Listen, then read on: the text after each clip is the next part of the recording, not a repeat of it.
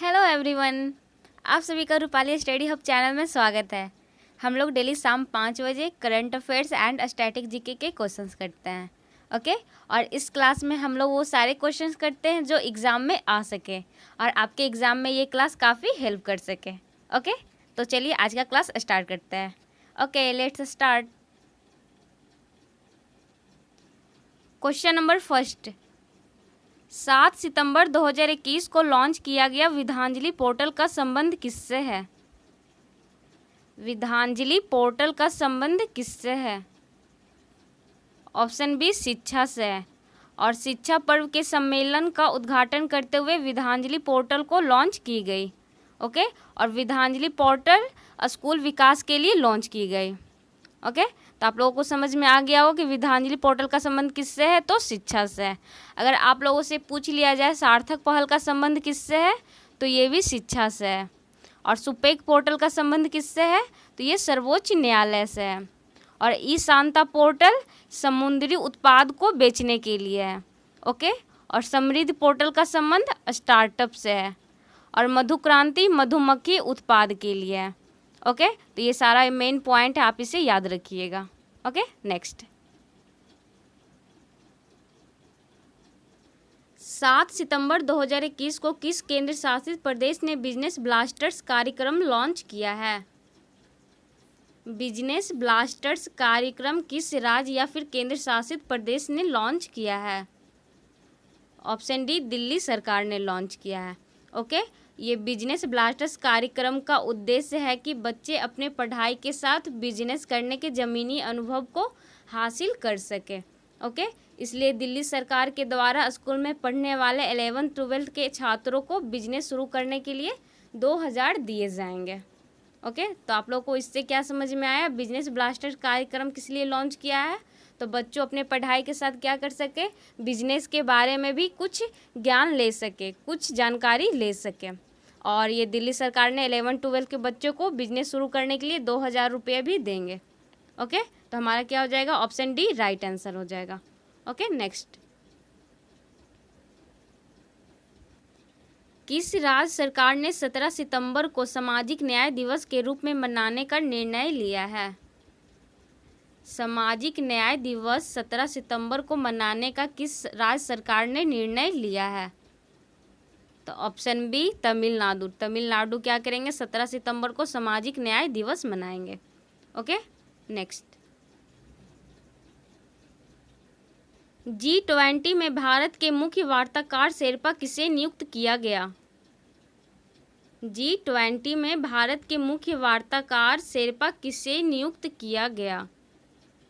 तो option A Piyush Goyal को। पीयूष गोयल को G20 में भारत के मुख्य वार्ताकार शेरपा नियुक्त किया गया। ओके, और पीयूष गोयल वाणिज्य उद्योग मंत्री भी हैं। ओके, अगर आप लोगों से पूछ लिया जाए NK सिंह कौन है, तो ये 15वें वित्त आयोग के अध्यक्ष हैं। और उर्जित पटेल ये RBI बैंक के 24वां गवर्नर हैं। ओके, और शक्तिकांत दास ये RBI बैंक के 25वें नंबर के गवर्नर हैं और ये वर्तमान गवर्नर भी हैं RBI के। ओके, शक्तिकांत दास। ओके, तो हमारा राइट आंसर क्या हो जाएगा? Option A Piyush Goyal. Okay, next. सितंबर 2021 में केंद्र सरकार ने किसे भारतीय निर्यात आयात बैंक का नया प्रबंध निदेशक नियुक्त किया है? भारतीय निर्यात आयात बैंक को एग्जिम बैंक भी कहते हैं। ओके, तो एग्जिम बैंक का नया प्रबंध निदेशक किसे नियुक्त किया गया है? तो ऑप्शन डी हर्ष भूपेंद्र बंगारी को। हर्ष भूपेंद्र बंगारी को भारतीय निर्यात आयात बैंक का नया प्रबंध निदेशक नियुक्त किया गया है। ओके, और भारतीय निर्यात आयात बैंक की स्थापना 1981 अधिनियम से होती है। 1981 अधिनियम से होती है। ओके, और स्थापना 1982 में होती है। और भारतीय निर्यात आयात बैंक की स्थापना 1982 में होती है और भारतीय निर्यात आयात बैंक की स्थापना 1981 अधिनियम से होती है। ओके, तो हमारा राइट आंसर क्या हो जाएगा? Option D Harsh Bhupendra Bangari. Okay, next. अंतर्राष्ट्रीय सौर गठबंधन के महानिदेशक कौन हैं? अंतर्राष्ट्रीय सौर गठबंधन के महानिदेशक कौन हैं? Option A Ajay Mathur. अजय माथुर अंतर्राष्ट्रीय सौर गठबंधन के महानिदेशक हैं। ओके। और यश वर्धन सिन्हा ये भारत के वर्तमान में मुख्य चुनाव आयुक्त हैं। ओके। और सुरेश पटेल ये भारत के केंद्रीय सतर्कता आयुक्त हैं। और अश्विनी वैष्णव ये वर्तमान में रेल मंत्री है। तो ध्यान में रखिएगा, अजय माथुर अंतर्राष्ट्रीय सौर गठबंधन के महानिदेशक है, और यशवर्धन सिन्हा ये मुख्य चुनाव आयुक्त हैं, और सुरेश पटेल ये केंद्रीय सतर्कता आयुक्त है, और अश्विनी वैष्णव ये वर्तमान में रेल मंत्री है। तो हमारा राइट आंसर क्या हो जाएगा? ऑप्शन ए। ओके। नेक्स्ट, हाल ही में भारत के किस शहर के लिए पहला पराग कैलेंडर विकसित किया गया? भारत के किस शहर के लिए पहला पराग कैलेंडर विकसित किया गया? तो ऑप्शन सी चंडीगढ़ शहर के लिए। ओके। पराग कैलेंडर को विकसित किया गया, और ये पराग कैलेंडर का उद्देश्य है हवा या वायु के द्वारा होने वाले परागण पर नज़र रखना या उसके व्यवहार में परिवर्तन पर नज़र रखना। ओके। नेक्स्ट, भारत की tree city of the world किसे घोषित किया गया? Tree city of the world किसे घोषित किया गया? तो ऑप्शन बी हैदराबाद को। ओके। नेक्स्ट, 8 सितंबर 2021 को किस राज्य की राज्यपाल बेबी रानी मौर्य ने राष्ट्रपति रामनाथ कोविंद को अपना इस्तीफा सौंप दिया है? तो बेबी रानी मौर्य किस राज्य की राज्यपाल है? इन्होंने राष्ट्रपति रामनाथ कोविंद को अपना इस्तीफा सौंप दिया है। तो ऑप्शन है उत्तराखंड। उत्तराखंड की राज्यपाल बेबी रानी मौर्य हैं। ओके। इन्होंने राष्ट्रपति रामनाथ कोविंद को अपना इस्तीफा सौंप दिया है। ओके। अगर आप लोगों से पूछ लिया जाए उत्तराखंड के मुख्यमंत्री कौन है, तो पुष्कर सिंह धामी हैं। और तमिलनाडु के मुख्यमंत्री कौन है? तो एम.के. स्टालिन है। और तमिलनाडु के राज्यपाल कौन है? तो बनवारी लाल पुरोहित है। ओके। और झारखंड के मुख्यमंत्री कौन है? तो हेमंत सोरेन है। और झारखंड के राज्यपाल कौन है? तो रमेश बैस है। ओके। और मध्य प्रदेश के मुख्यमंत्री कौन है? तो शिवराज सिंह चौहान है। और मध्य प्रदेश के राज्यपाल कौन है? तो मंगू भाई पटेल है। ओके। तो हमारा राइट आंसर क्या हो जाएगा? ऑप्शन ए उत्तराखंड। नेक्स्ट,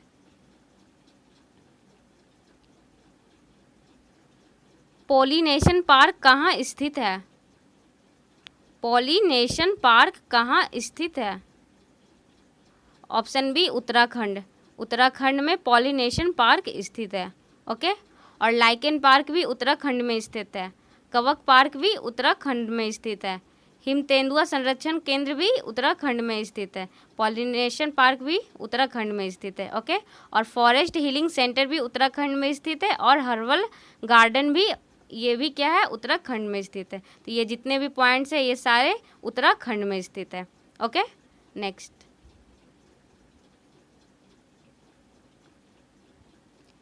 वायु गुणवत्ता सूचकांक में कौन सा एक प्रदूषक शामिल नहीं है? वायु गुणवत्ता सूचकांक में कौन सा एक प्रदूषक शामिल नहीं है? तो वायु गुणवत्ता सूचकांक में PM 2.5 शामिल है, और PM 10 भी शामिल है, अमोनिया भी शामिल है।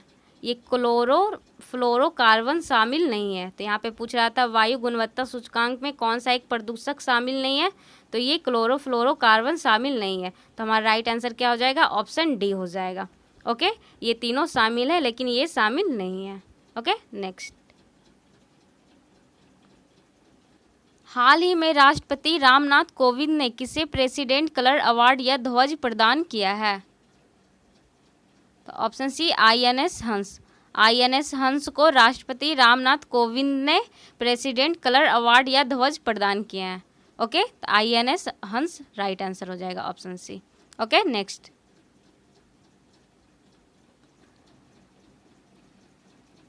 सितंबर 2021 में तालिबान ने अफगानिस्तान में किसे कार्यवाहक सरकार का प्रधानमंत्री बनाया है? ऑप्शन ए मुल्ला मोहम्मद हसन अखुंद को। इसे तालिबान ने अफगानिस्तान में कार्यवाहक सरकार का प्रधानमंत्री बनाया है। ओके। और उप प्रधानमंत्री गनी बरादर को बनाया। 2 उप प्रधानमंत्री बनाया, एक गनी बरादर को और दूसरा सलाम हनफी को। ओके, और ये मुल्ला याकिब को वित्त मंत्री बनाया है। ओके, तो हमारा ये राइट आंसर ऑप्शन ए हो जाएगा। Okay, next. हाल ही में किस राज्य सरकार ने रजनीश कुमार को अपना आर्थिक सलाहकार नियुक्त किया है? Option C Andhra Pradesh. आंध्र प्रदेश राज्य सरकार ने रजनीश कुमार को अपना आर्थिक सलाहकार नियुक्त किया है। ओके, और आंध्र प्रदेश की 3 राजधानी हैं, अमरावती, विशाखापट्टनम और कुर्नूल। ये तीनों आंध्र प्रदेश की राजधानी है। ओके, और ये मोबाइल हैंड वॉश सुविधा स्टेशन शुरू किया गया आंध्र प्रदेश में। ओके, और जगन्ना विद्या दिवेना योजना भी आंध्र प्रदेश में ही शुरू किया गया है। और निगाह ऐप और कोविड-19 फार्मा ऐप, ये दोनों ऐप आंध्र प्रदेश के द्वारा ही लॉन्च किया गया है। ओके, तो ये 3 पॉइंट है, मेन पॉइंट है, आप इसे रिमेंबर रखिएगा, याद रखिएगा। Okay, next. हाल ही में Haryana environment and pollution code नामक पुस्तक किसने लिखी है? ऑप्शन सी धीरा खंडेलवाल। धीरा खंडेलवाल ने Haryana environment and pollution code नामक पुस्तक को लिखी है। ओके, ये धीरा खंडेलवाल हैं। और इस पुस्तक को लॉन्च किसने किए हैं? तो हरियाणा के मुख्यमंत्री मनोहर लाल खट्टर ने किया है। ये हरियाणा के मुख्यमंत्री हैं। ओके, तो ध्यान में रखिएगा, ये Haryana environment and pollution code को धीरा खंडेलवाल ने लिखी है और इस पुस्तक को लॉन्च हरियाणा के मुख्यमंत्री मनोहर लाल खट्टर ने किए हैं। ओके, अगर आप लोगों से पूछ लिया जाए अरुंधति रॉय की पुस्तक कौन सी है? The god of small things. The god of small things Arundhati Roy की पुस्तक है। ओके, और बराक ओबामा की कौन सी पुस्तक है? The promised land. The promised land Barack Obama की पुस्तक है। ओके, और Jairam Ramesh the light of Asia पुस्तक है। जयराम रमेश की कौन सी पुस्तक है? द लाइट ऑफ एशिया है। ओके, तो हमारा यहाँ राइट आंसर क्या हो जाएगा? Option C. Okay, next. Bharat में हरियाणा यहाँ पे लोकेटेड है। ओके, जो ये आपको रेड रेड दिख रहा है ना, यहाँ पे क्या है? हमारा हरियाणा लोकेटेड है। ओके, अगर आप लोगों से पूछ लिया जाए हरियाणा के मुख्यमंत्री कौन है, तो मनोहर लाल खट्टर है और राज्यपाल बंडारू दत्तात्रेय हैं। ओके, और राज्यसभा सीट 5 है और लोकसभा सीट 10 है और विधानसभा सीट 90 है। ओके, और हवाई टैक्सी सेवा ये हरियाणा राज्य में शुरू की गई और ये चंडीगढ़ और हिसार के बीच में शुरू हुआ, हवाई टैक्सी सेवा। ओके, और मेरा पानी मेरा विरासत योजना भी हरियाणा राज्य के द्वारा ही शुरू की गई थी। ओके, और ये गोरख धंधा शब्द के इस्तेमाल पर प्रतिबंध भी हरियाणा राज्य के द्वारा ही लगाया गया था। गोरख धंधा शब्द के इस्तेमाल पर प्रतिबंध भी हरियाणा राज्य के द्वारा ही लगाया गया था। Okay, next. हाल ही में केशव देशी राजू का निधन हुआ है। वे किस मंत्रालय के पूर्व सचिव थे? ऑप्शन बी स्वास्थ्य मंत्रालय। स्वास्थ्य मंत्रालय के पूर्व सचिव थे केशव देशु राजू। इनका हाल फिलहाल में ही निधन हो गया है। ओके, अगर आप लोगों से पूछ लिया जाए स्वास्थ्य मंत्री कौन है, तो ये मनसुख मंडाविया है।